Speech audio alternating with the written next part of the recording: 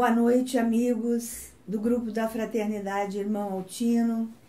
Estamos aqui mais uma vez reunidos com o propósito de refletir sobre esse tema tão interessante que nos foi proposto, anjos e guias espirituais. É um tema que nos fala muito ao coração, porque quando vamos procurar a definição de anjos, por exemplo, no dicionário, nós encontramos que são aqueles seres espirituais encarregados de fazer cumprir a vontade de Deus, mas que também podem ser aquelas pessoas que identificamos com qualidades assim muito positivas, um anjo de ternura, um anjo de bondade. Mas para nos reportarmos à origem da palavra anjo, né, que vem do grego, que é angelos, ou do latim angelus, nós sabemos que, recentemente, alguns anos atrás, uma revista americana fez uma pesquisa nos Estados Unidos e chegou à conclusão que 70% da população acredita atualmente em anjos, né? E a partir do século IV, esse assunto ficou tão interessante, as pessoas necessitavam tanto dele, que a Igreja Católica até fez uma separação de hierarquias, criando 9 tipos diferentes de anjos, arcanjos, querubins, serafins, potestades, tronos, virtudes, domínios e principados. Então, é algo interessante, né? E quando nós paramos para refletir nessas questões, nós nos lembramos que quem foi que deu a notícia para Adão e Eva que eles estariam expulsos do paraíso? Foi um anjo mau, né? Mas quem deu a notícia à mãe de Jesus que ela seria mãe de uma criança tão especial quanto foi o nosso Senhor Jesus Cristo? Foi um anjo bom, né? Então nós temos na Bíblia várias citações sobre os anjos. E um deles, que é muito citado, é o arcanjo Miguel. Nós nos lembramos dessa citação pelo seguinte motivo. Ele é citado na Bíblia também 3 vezes. No livro de Daniel, no livro de Judas e no Apocalipse. Cita-se a presença desse anjo chamado Miguel. Então, e na França nós temos um local que é muito visitado, que é o Monte Saint-Michel. Nós vemos aqui nessa figura que apresentamos para vocês, primeiro a figura pintada por um artista, Juan de Espinal, onde aparece a figura do anjo Miguel. São Miguel Arcanjo, como ele é conhecido, né? E armado. É aquele que é o capitão dos anjos.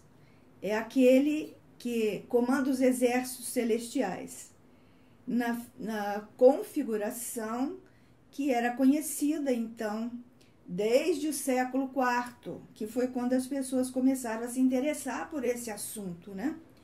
E nós vemos na França o Monte Saint-Michel, muito conhecido.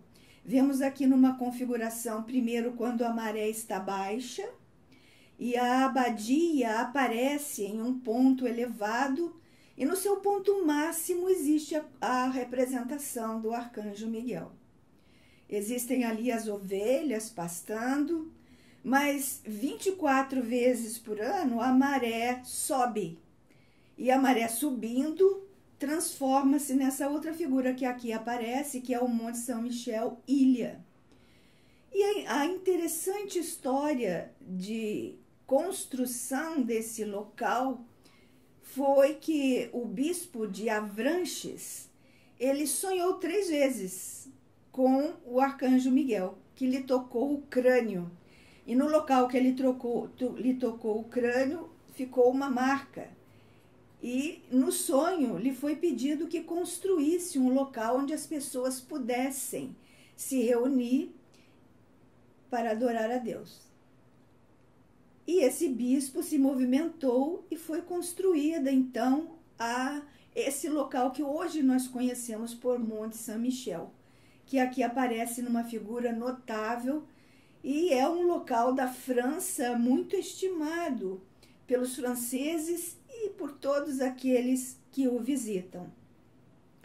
Em se reportando a essa história, um patrimônio que é patrimônio histórico da humanidade, dado pela Unesco desde 79, nós nos quedamos a pensar sobre essas questões do anjo, né? Um deles é esse que configurou, que proporcionou à humanidade uma configuração assim para que todos pudessem notavelmente visitar.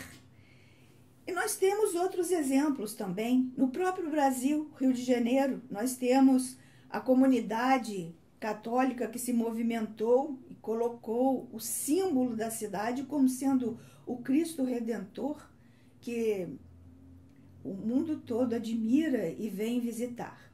Então, são reflexões que nos levam a considerar essa conotação da nossa cultura mundial. No Evangelho segundo o Espiritismo, no capítulo 25, Busca e Acharás, nós vamos ver a citação do Evangelho de Mateus, no capítulo 7. Busca e acharás, batei e abri-se-vos-á. Porque todo aquele que pede, recebe, o que o busca, encontra. Se sois vós assim tão maus e dais aos seus filhos coisas boas, muito mais lhes dará o Pai Criador. São colocações feitas no Evangelho de Mateus e comentadas por Allan Kardec no item 5. Então, Allan Kardec ali comenta no item 5 algo muito interessante, que ele ali se refere a essa passagem do Evangelho, dizendo que existe proteção do Pai Celestial para as nossas vidas, sim. E que ao procurarmos orientação espiritual, ao procurarmos a luz para o nosso caminho, nós seremos atendidos. E como o anjo de Tobias, nós também seremos agraciados pelas orientações celestiais. No livro de Tobias, nós não vamos poder contar a história toda, mas vamos resumi-la.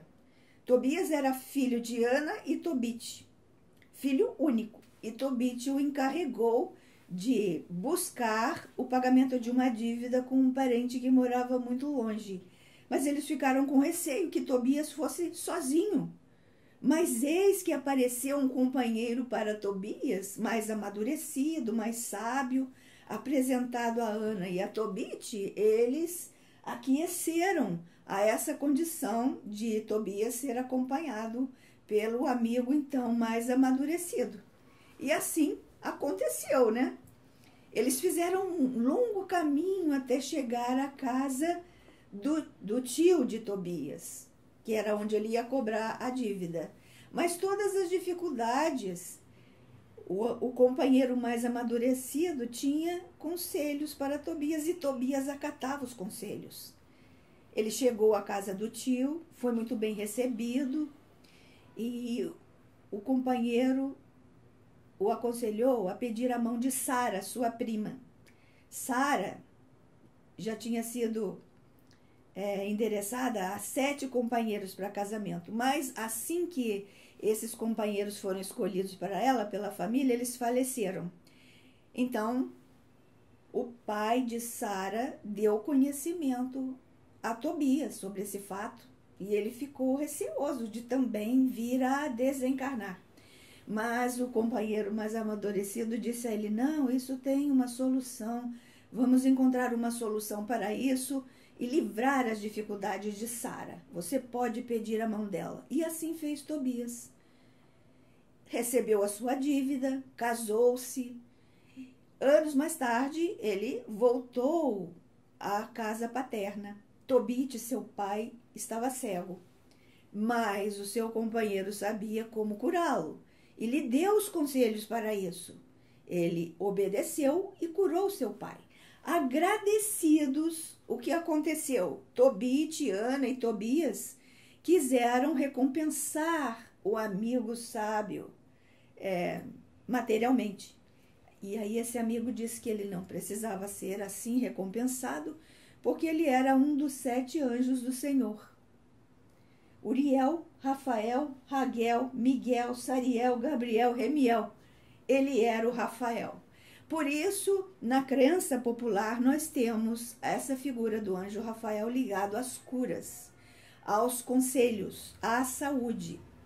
Também vamos encontrar no Livro dos Espíritos, nós vamos encontrar ali citações muito interessantes no capítulo que fala da intervenção dos espíritos no mundo corpóreo. São 7 perguntas apenas, onde Allan Kardec delineia um raciocínio que vai nos mostrando como os espíritos superiores, que nós chamamos os guias espirituais, eles vêm ao encontro das nossas necessidades de orientação para os caminhos da vida.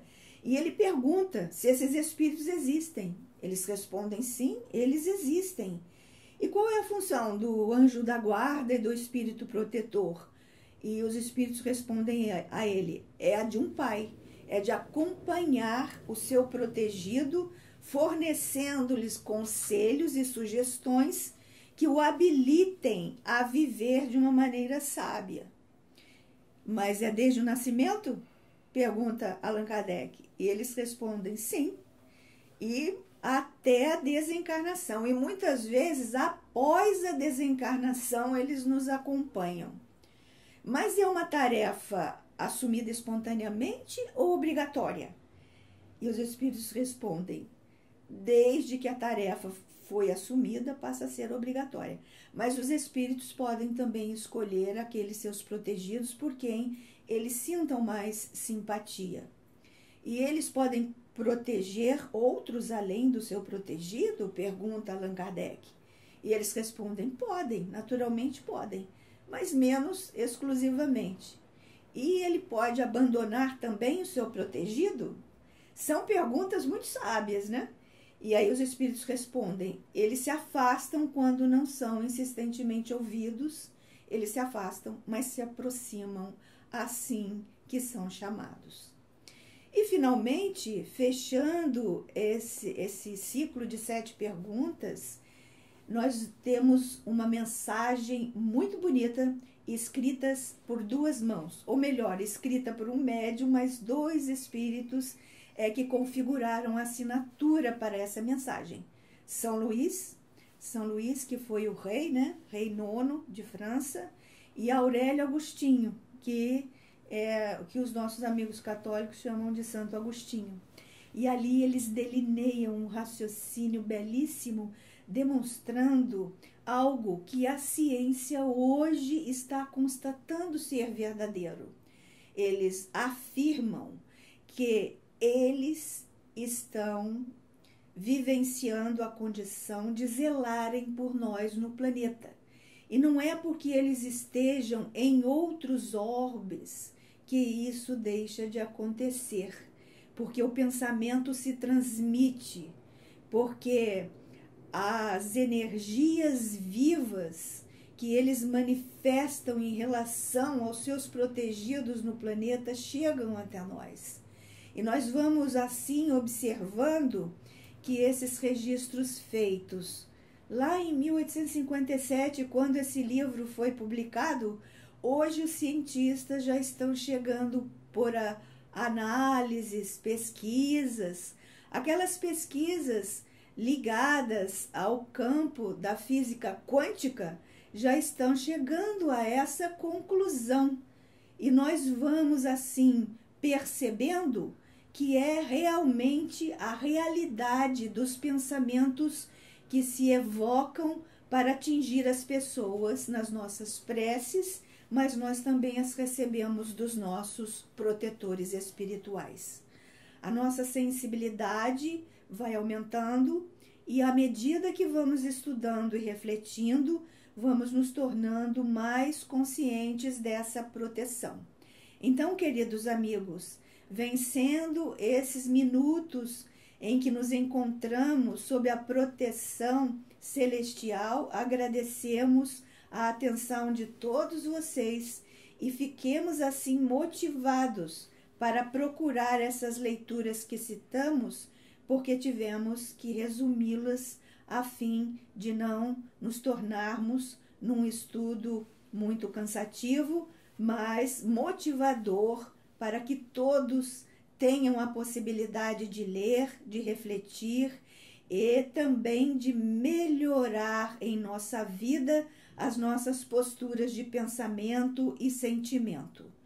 É a caridade que se movimenta, principalmente beneficiando a nós mesmos e a todos que fazem parte das nossas redes de relacionamento. Que Deus nos abençoe e boa noite a todos.